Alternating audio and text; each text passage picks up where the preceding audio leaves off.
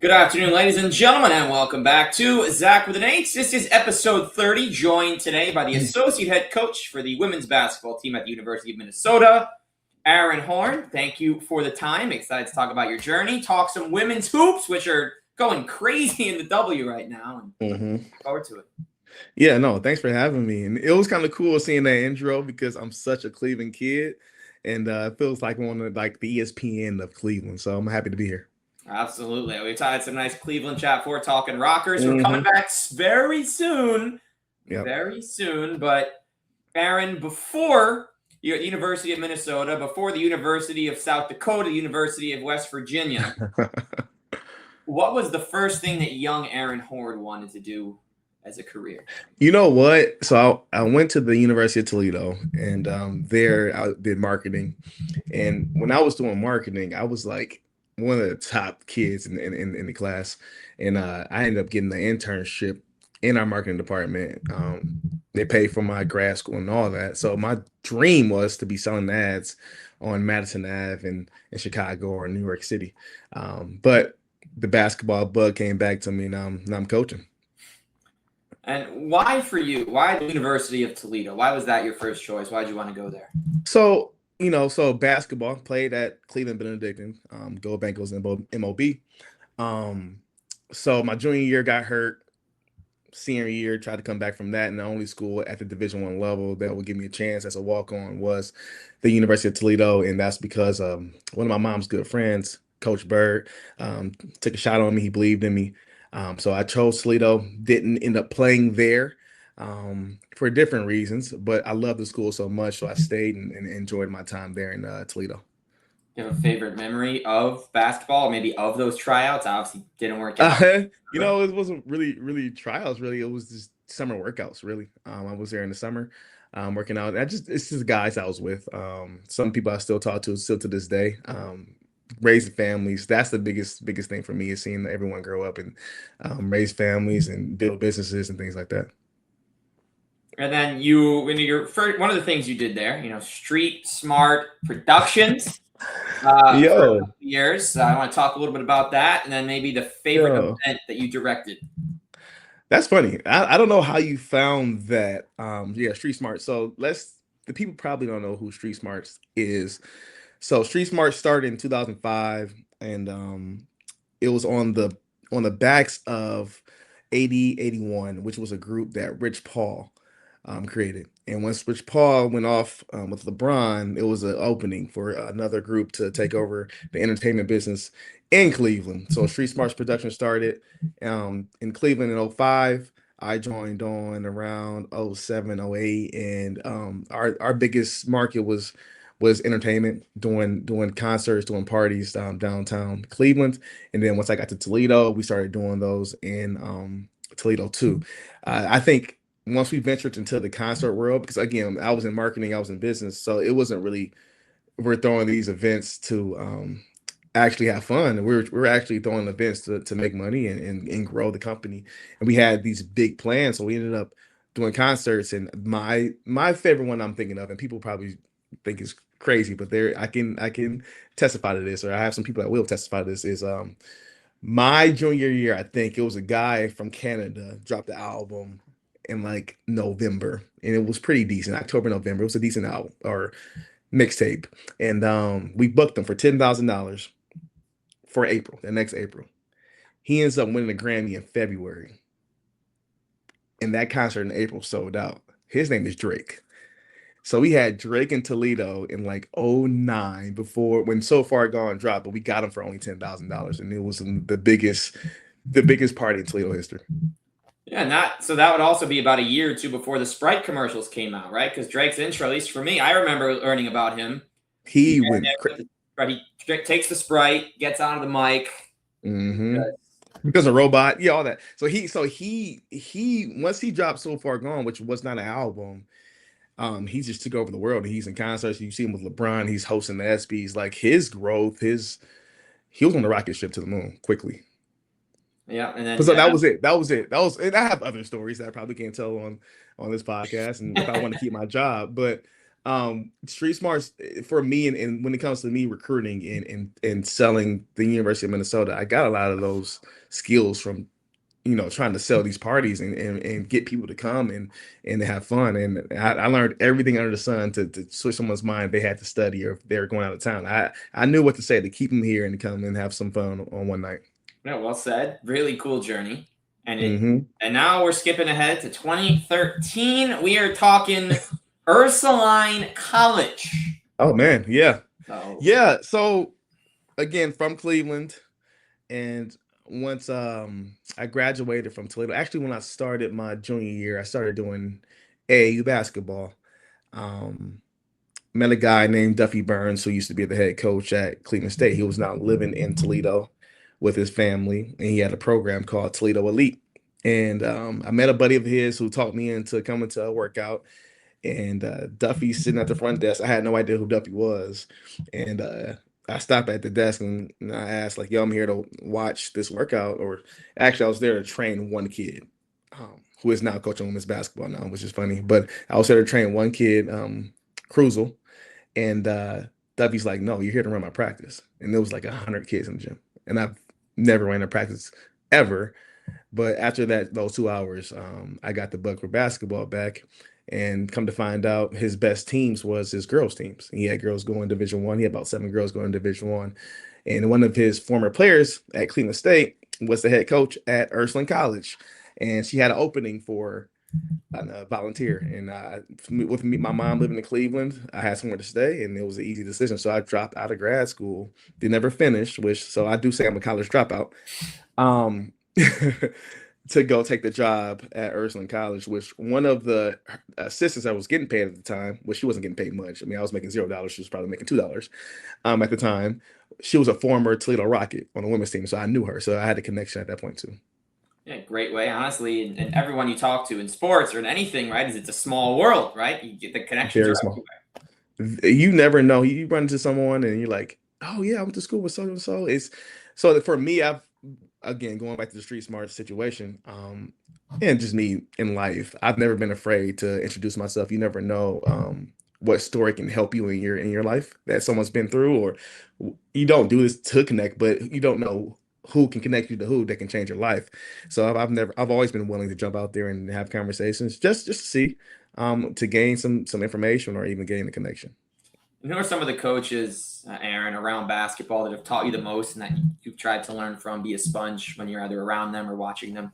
Every coach that I've worked under, and go back to Duffy Burns, and honestly, it's the players too. I mean, you learn from them every day, but I think the most I've learned because I've been with her the longest is Dawn Plitzuweit, and people probably don't know her name enough, and I think it's kind of insane because she's to me is the best coach in America, bar none. She's the most detailed person I've ever been around, and she's the most competitive. So when you add the detail and the competitiveness, look out how you're going to beat that person because she's going to do whatever and find any way to get it done. And so what I've learned from her is one, being more detailed and being more focused on the small and little things, and that every moment matters. So how you do one thing is how you do all things. And that's kind of helped me to get to where I'm at this point. And honestly, I'm just lucky to be here. And she took a chance on me because she didn't have to. Because when I was at Ursuline College, I was there for 3 years. And there's so many universities and colleges in Ohio. And I was knocking on everyone's doors and working camps at Notre Dame at the point in time, which was 4 hours on the road, and no one wanted to give me a chance. I knew all the head coaches, basically because they were recruiting my kids at Toledo Elite, and because I was on the road recruiting with them. But she was the only one that gave me a chance. So I packed up my bags and went to the University of South Dakota, and it's been great ever since. Yeah, so I'm glad you mentioned Coach Plitzuweit because that was my next question for you.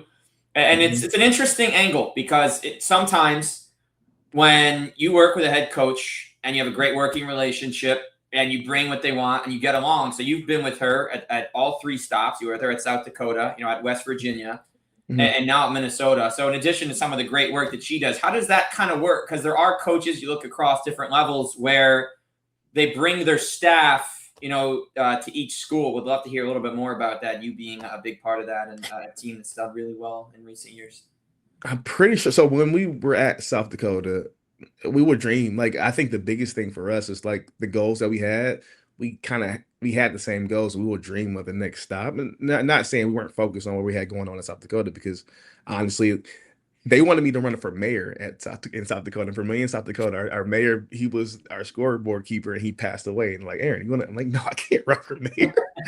Like, but we did. We always looked at it and say, okay, how, if we were at this school or at that level, how could we get it done? So before even making it to the A4, the Power 4, whatever we're going to call it, we kind of had a plan on how we could do it.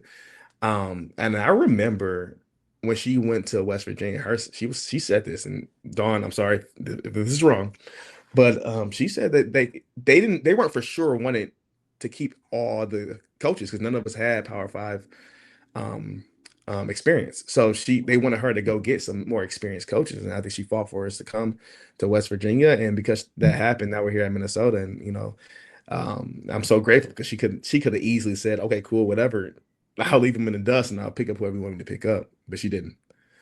And that's loyalty. And then that's another thing. Like, we don't in sports, we see it every day when it comes to, free agency, when it comes to the transfer portal, whatever the case may be. I mean, there's the loyalty is not a fixture anymore. And for me, it's really hard for me to even leave her at times. Like, thinking about leaving, I can never think about leaving her, because she's been so loyal to me. And like, and she's taking care of me at a high level.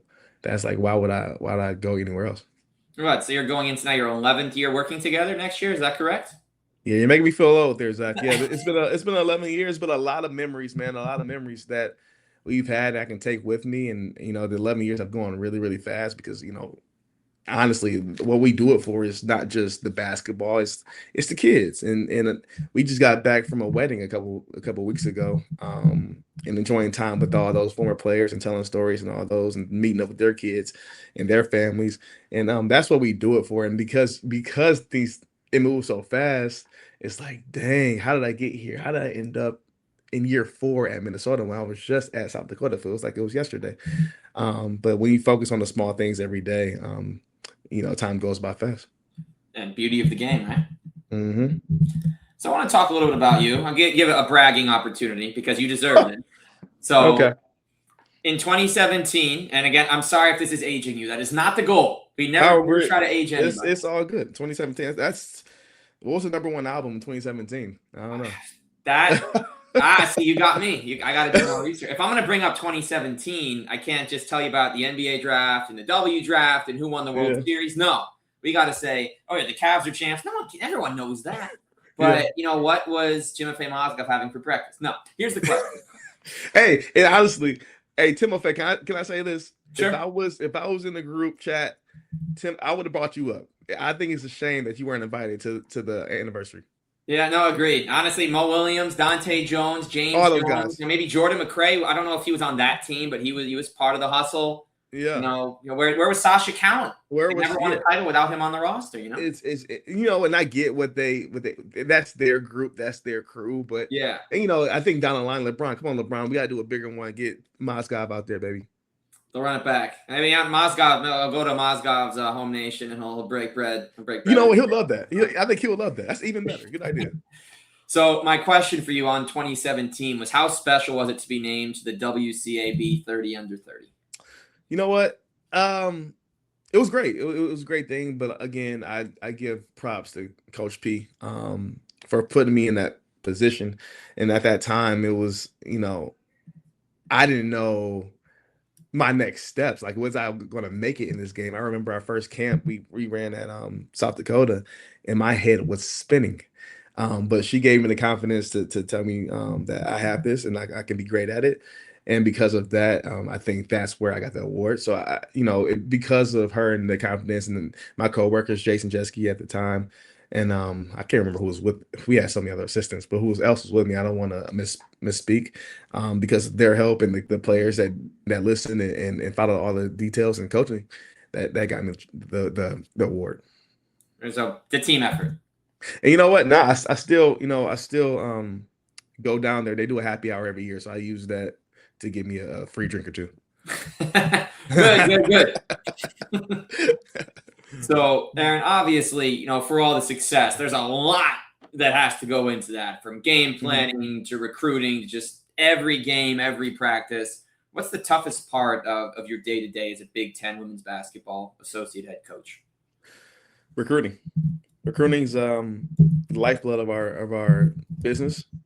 I tell people all the time, like 90% recruiting, like 10% basketball, and I think the 10% is even going down with the new era that we're in college sports. But you're always recruiting because you never know one who can help you. I mean, the kid can be in the eighth grade. She's too small. By the time she gets to 11th grade, she shot up 4 feet. She's 6'2", has range. So you're always watching out, looking out, making phone calls, hoping to get a connection here and there. And then you have the transfer portal. I mean, that's for us and how we've built this has been great for us because we recruit now the state of Minnesota is probably one of the best states in the country when it comes to girls basketball. So if we can keep the best players home, and then we can go grab one or two kids at the portal just to round out the roster, and that's helped us. All the kids that have come out of the portal that came to play here has we've benefited from, and I think this year. I don't know if you've seen our roster. I think this year we've had one of the best portal classes we've ever had here at Minnesota, and I think we're gonna kill it next year. I have some high hopes for us, but hey, it's all based off the small details. If they learn how to join the team and understand what it looks like to win, what it feels like to be a Gopher, what it takes every day, the hard work you need to do, then we'll be fine. If we don't gel or mesh well, then we might not have the season that we want. But the type of kids that I think we brought in, I think we will. Yeah, perfect transition. I was going to talk about last season into this season. You're coming off a Sweet 16 appearance, the best season for the Gophers in 20 years. How Mhm. do you continue to build off that with these new pieces and just getting everybody to fit together?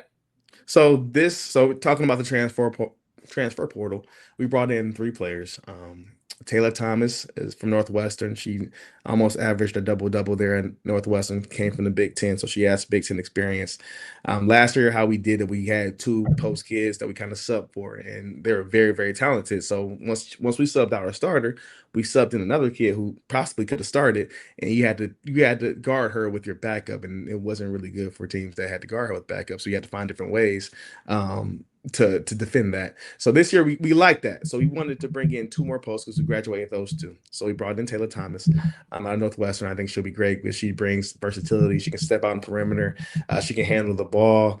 She's very crafty around the rim. So I'm very excited about her. But with her, we brought in Gracie Merkel from Penn State, who averaged her field goal percentage was 72% from the field last year, which is a Big Ten record.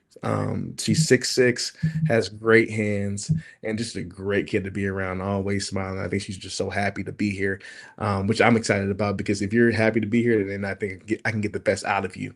And then to round them off, we brought in Leah Harmon, point guard from UCF, who we recruited at West Virginia, and she didn't want to go to West Virginia, so it's all good, whatever. But now she picked us to say yes to us the second time, which is great. Point guard, savvy. Last year she scored 38 points on Kansas, so she has the ability to put the ball in the basket.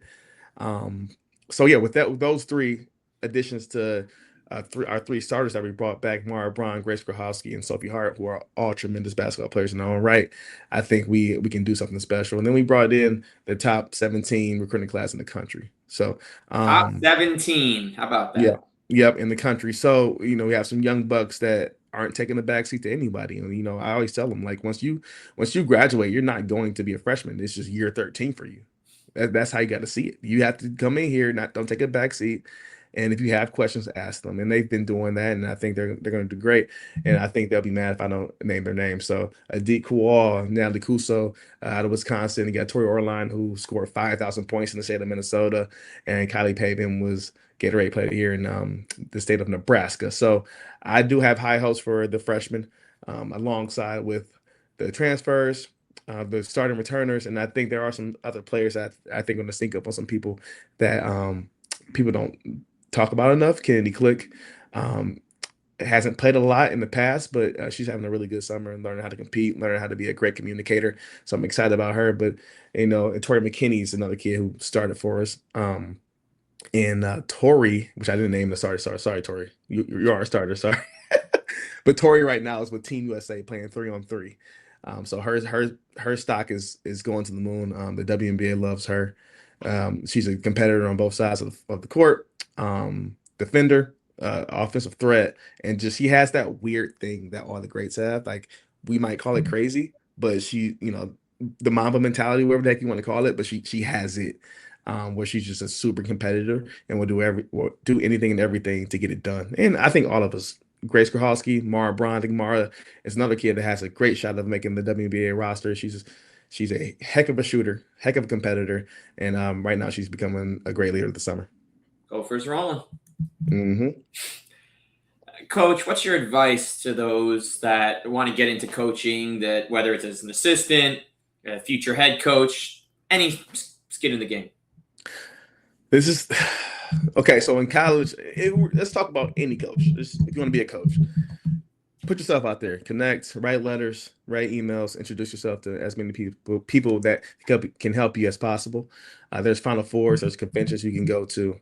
There's even AAU events where we're all going to be at in the summer. So make sure you connect yourself and be genuine, be natural. I found that's easier. Someone coming up to me trying to put the business voice on, I'm probably not going to give them the time of the day because it just seems fake. But if you walk up to me comfortable, genuine, and then I'll spend some time with you.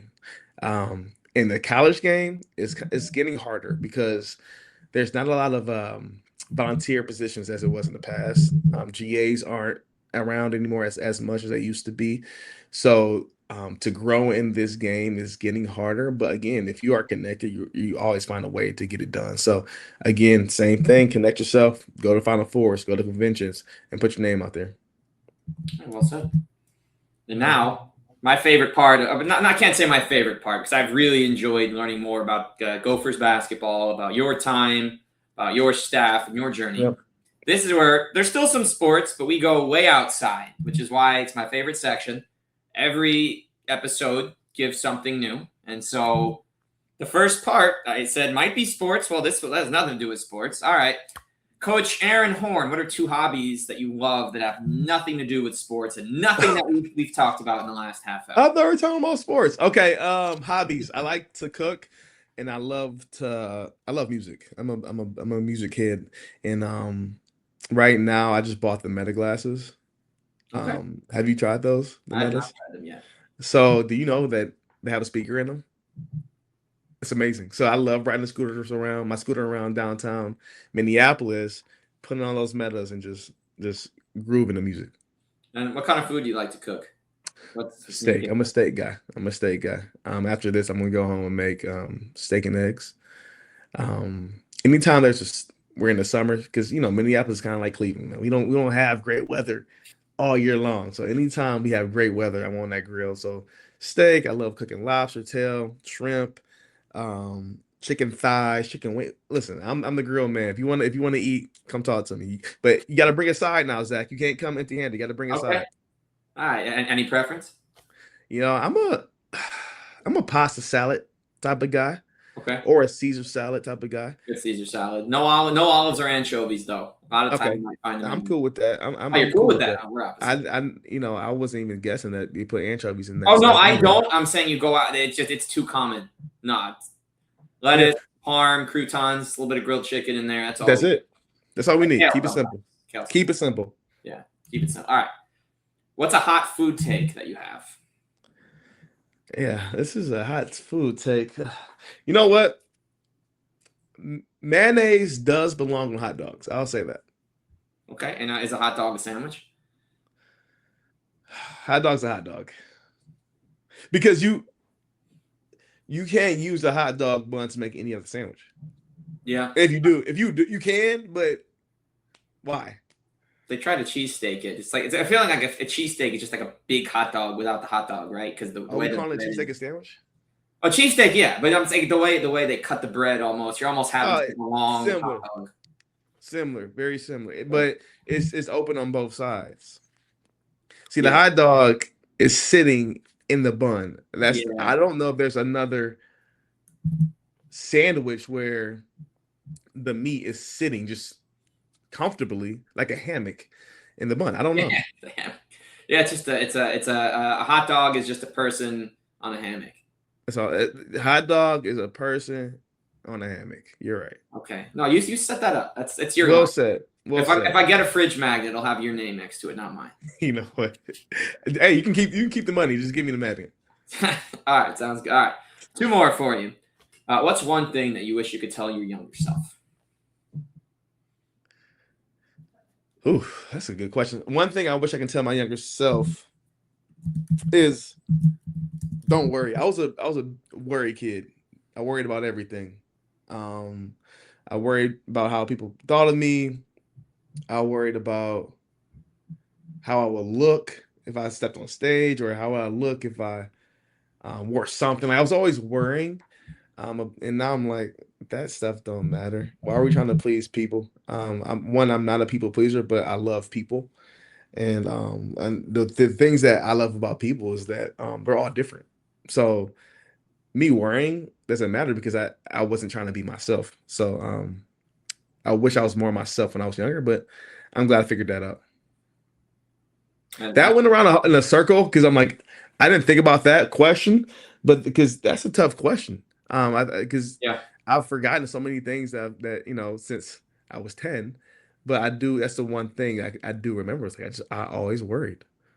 no, I understand that, right? So you think about the things you're good at, the people you're comfortable with. You're always going to have to do things you're not good at when you're a kid, and you're always going to be around Anytime. people that you're not comfortable with, and you have to figure out. It's the first time you're kind of thrown to the wolves. Your parents Yep. aren't there, siblings aren't there. It's just you Yep. in the world. You got to just figure it out. And if you don't, you will eventually, but it's going to be tough at first. Exactly, but you don't have that foresight as a kid. You just don't see it. You don't see it that way. You think if you get this wrong or if you fail this test, it's the end of the world. But it's not. You pick up your bags, you learn from it, and you move on. And I've learned to do that. Again, it took me a while to do it, but I remember we had a kid at South Dakota. She was our best player. Kira Duffy is her name. If you want to look up Kira Duffy, she was projected a first round draft pick, but turned it down to be a mom. She got married. Then that's her. That was her draft, is getting married and having kids. Or so, but she was a heck of a player. But she wanted to be perfect in everything she did, and this perfection is the pursuit of perfection is what you want, but being perfect is not obtainable. But the pursuit is.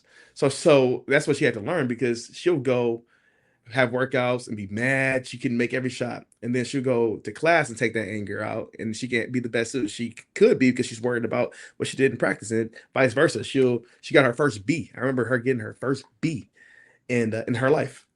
And she came to practice and couldn't be a great basketball player because she was worrying about perfection. And when she learned how to just let those things go, I think she lived a more healthy life because worrying about being perfect is not healthy. And obviously, you mentioned that big congrats to her, becoming a mom. Does she play any ball anymore, though? Has you ever pick up a No, ball? she stopped. She stopped. Kira Duffy, man. When I show film of any player about our offense, I always try to show them Kira Duffy because she was a 6'1" kid that can play inside and out. She played every position, and she came from a family of 8. And they all played basketball, and so it's just sad that she turned it down. But she took us to the first ever NCAA tournament in South Dakota history. Um, so she's forever going to be remembered. But I think the world missed out on Kira Duffy. And then was she there your Sweet 16 year, and she graduated already? So Kira, so the cool thing about South Dakota is they have a big rival in South Dakota State, in-state rivalry. And South Dakota State has been to many NCAA tournaments because they went 10 years. They went Division I 10 years before South Dakota did. So we were chasing South Dakota State, chasing them, and we'll beat them in the regular season, but we could never beat them in the Summit League tournament. So 2020, we ended up beating them in the Summit League tournament, and they went 30-2, and then 2 days later, COVID. Yeah. So yeah. So she never got the chance to they played an NCAA tournament, but they didn't win a championship to go into the tournament. It's a different feeling. They got to Yeah. add large big in 2019, but those kids still talk about that COVID moment. Like they went from guys, we may make the Elite Eight. I mean, we were 11th in the country at the time, the little old South Dakota, and so COVID took that away from them. So that those sophomores and juniors on that team remembered that, and they went on to make the Sweet 16. Dang, 30-2. 30-2. They lost to South Carolina at South Carolina by 11, I think, and then got upset by Missouri State. They had a kid go for 30. She went crazy. But yeah, they beat Iowa State, who was ranked top 25 in the country. And Ohio State beat Ohio State, who was ranked top 25 in the country. So that was a great team, one of the best teams I ever coached. But yeah, sad. But the 2016 team, or not 2016, the Sweet 16 team 2 years later, took it and did big things. But I do think that 2020 team could have did something special too. And the last thing I want to ask you before we sign off, I know about the WNBA, because right now it's popping. We just had Marita Mabry drop 53. You got crazy crowds with the new expansion team. Speaking of, the Portland Fire just went to 4 overtimes yesterday. I wish I was home to watch the game. I was following the whole thing on my phone. No way to watch it. My friend sent me a video of the tying 3 at the end of the fourth quarter, and I was just updating ESPN every 30 seconds. I got 1 overtime, 2 overtime, 3. Almost, and it's, what the crazy thing is, and that's kind of my lead-in question. The last 4 overtime game 25 years ago, the score was 72-69. This was 124, 123. Yeah. Now, did they expand the time? Like, was it still 12 minutes back then? No, it was 10. Still 10 now. The NBA is the only league. All basketball WBA is 10. 10, except for the NBA. Yeah. So Euro. So was it for sure 10 back then? Are we for sure? It was the same. 10, 10, 10, 10, 5, 5, 5, 5. Okay. Yeah. So it was. Yeah, I think the W right now it's amazing. I don't know if it sounds like you watched it a lot. I do. There's so much talent. There's so much talent that's in it right now, and I think right now, because there's only so many teams, and we don't see as many of the talented kids because they're buried on the bench playing behind veterans. But once we expand a little bit more, I think it's going to be even more entertaining. Me being in Minneapolis, I get to follow the Lynx, and I go to every game that I can to watch them. And Olivia Miles is special. And I think the WNBA, that style of play, because there's defensive 3 seconds, it helps her because she's so great off the ball screen and it forces the defense to make a decision. Are you going to sit in the lane? You can't sit in the lane. So, okay, so now I got to go hug over here. So she's going to find the shooter if I even play in between. So I got to either fully go to her or fully go to the 3-point shooter or the roller. And she finds the perfect player every time. And she just has that special innate gift that a lot of point guards like Steve Nash or John Stockton, Sue Bird, they had that innate gift of just seeing the play unfold slowly, while we all don't get it. Everyone else is like trying to figure it out, and they just see it. So she's playing chess while everyone else is playing checkers.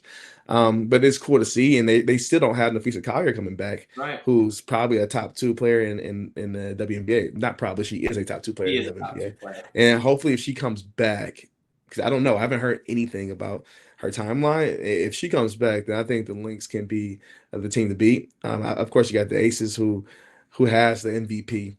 Asia Wilson is probably going down as a top 2 player of all time. You probably could say she's number 1. It's hard to say right now, but I mean, if she keeps going on the trajectory, she will be the best player to ever play women's basketball, and she'll deserve that. And hopefully, I'm not speaking on a term because I love our GOATs. I love them, but it's hard to argue what she's doing over there in Vegas.